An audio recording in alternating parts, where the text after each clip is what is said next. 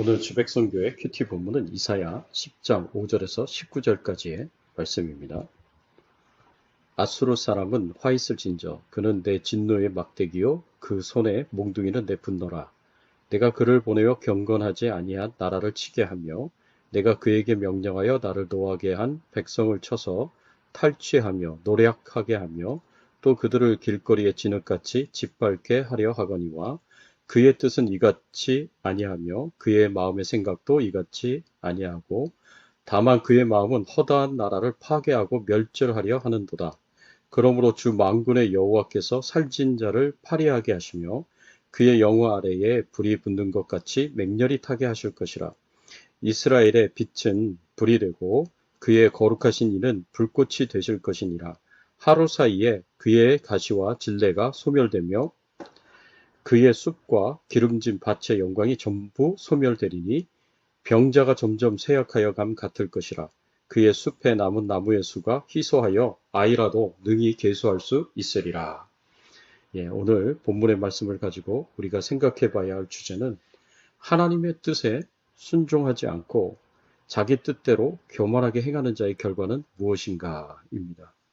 하나님의 뜻에 순종하지 않고 자기 뜻대로 교만하게 행한 자의 결과는 무엇일까요? 하나님께서는 북이스라엘의 타락으로 말미암아 심판하실 것이다 라는 예언을 하십니다. 하나님께서 북이스라엘에 여러 선지자를 보내셔서 우상 숭배와 타락에 대한 경고를 하시고 회개하고 하나님 앞에 돌아오지 않으면 하나님께서 심판하시겠다라는 말씀을 전달하셨습니다. 그러나 이스라엘의 지도자들과 백성들은 이러한 하나님의 심판의 경고의 예언에 대해서 우습게 여기고 무시하였습니다.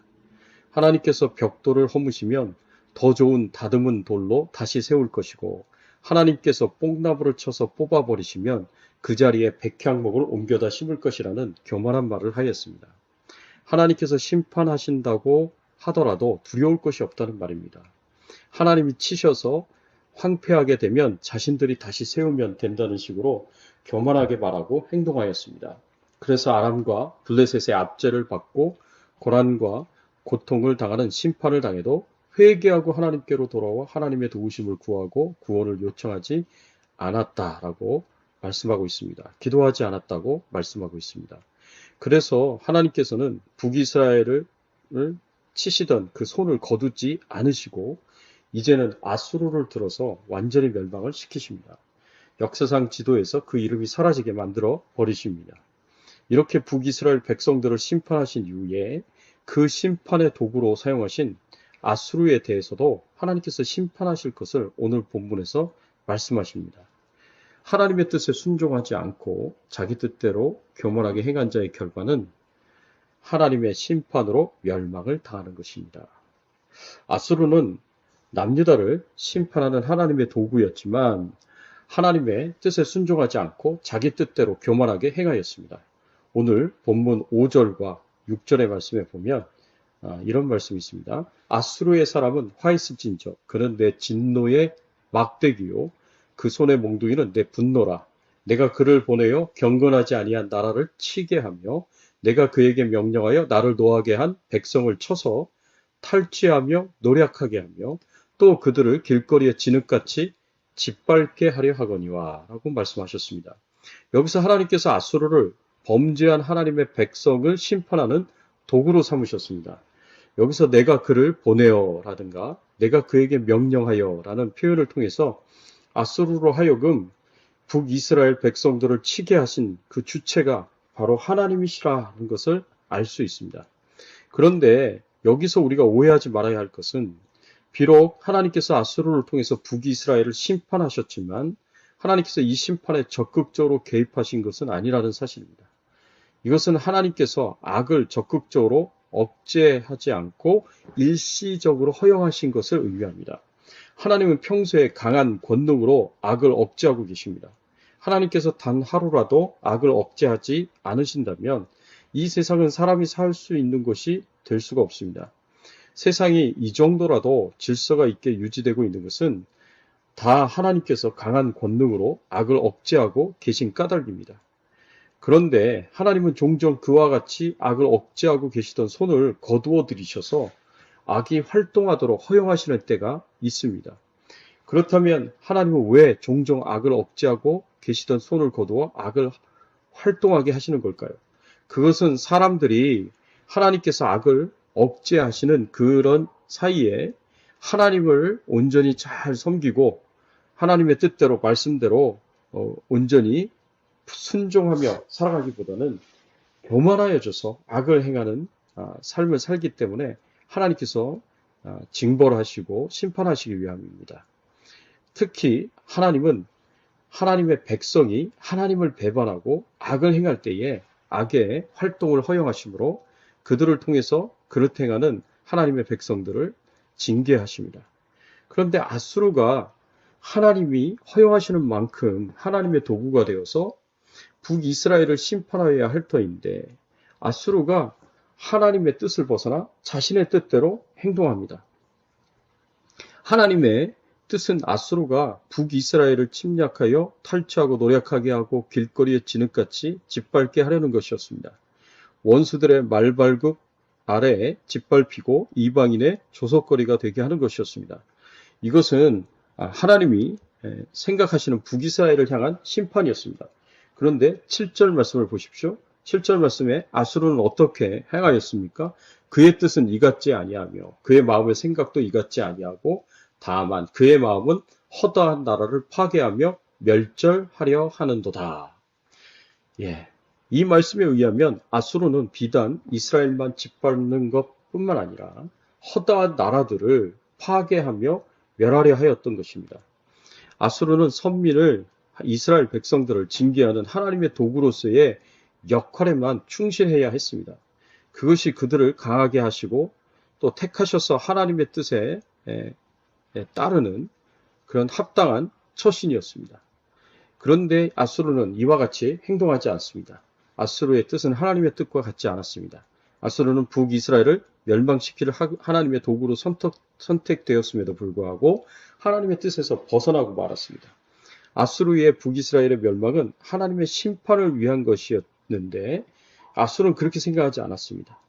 영토 확장을 위한 자신들의 야욕을 위한 것이었다고 생각했습니다. 그래서 자신들의 탐욕을 채우는데 목적을 두고 북이스라엘뿐만 아니라 주변의 많은 나라들까지 완전히 멸망시키려 했습니다. 그런데 이러한 아수르의 영토 확장을 위한 야욕과 그 야욕을 달성하기 위한 침략이 하나님의 뜻과 목적과 다른 것이었습니다. 그래서 하나님의 뜻에 자신들의 뜻을 복종시킨 것이 아니라 오히려 하나님의 뜻을 자신들의 사악한 탐욕스러운 뜻을 이루는 방편으로 이용하는 악을 저질렀습니다. 하나님이 이러한 아수르를 어떻게 하셨습니까? 하나님은 당신의 뜻과 무관하게 행한 아수르에 대해서 크게 진노하셨습니다. 그래서 아수르는 하나님의 심판을 피할 수 없게 되었습니다. 12절 말씀에 보면 이런 말씀이 있습니다.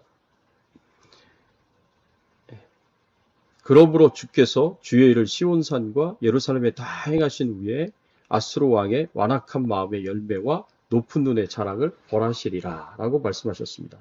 하나님께서 아수르의 악한 마음과 높은 눈의 자랑을 벌하시겠다 하셨습니다.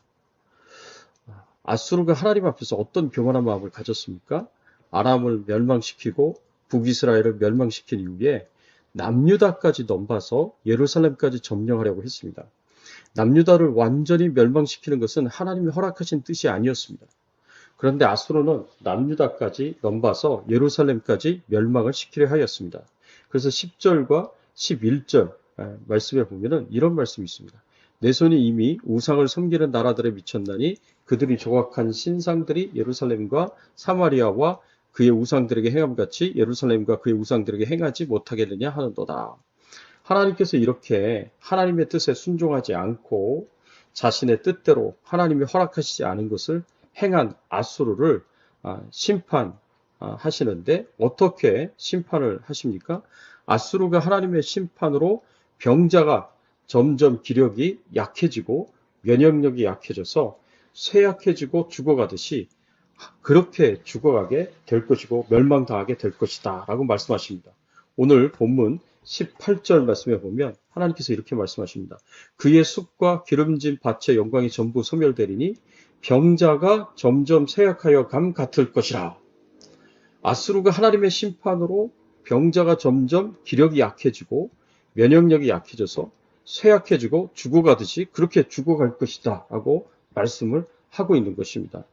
뿐만 아니라 17절에 이스라엘의 빛은 불이 되고 그의 거룩하신 이는 불꽃이 되실 것이니라. 하루 사이에 그의 가시와 찔레가 소멸되며 라고 이렇게 말씀하셨습니다.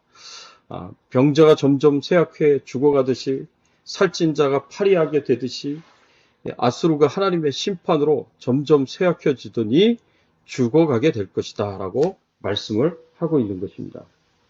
실제로 아수르는 하나님의 역사로 쇠약해져 갔습니다. 아수르가 예루살렘을 치러 왔을 때 하나님은 하룻밤 사이에 아수르 군사 18만 5천 명을 몰살시키셨습니다. 그리고 당시 아수르의 왕이었던 사네립은 자기의 고국으로 돌아가 그 아들들에게 죽임을 당하게 되었습니다. 이 모든 일이 하나님이 이끄시는, 인도하신, 섭리하신 일이었습니다. 그리고 그토록 강함을 자랑하던 아수르는 순식간에 국력이 쇠약해져서 결국 얼마 가지 못해 바벨론에 의해 멸망에 이르게 하셨습니다. 하나님의 말씀대로 다 이루어진 것입니다. 사랑하는 성도 여러분, 하나님은 교만한 자를 싫어하십니다. 하나님께서는 교만한 자를 반드시 심판하십니다.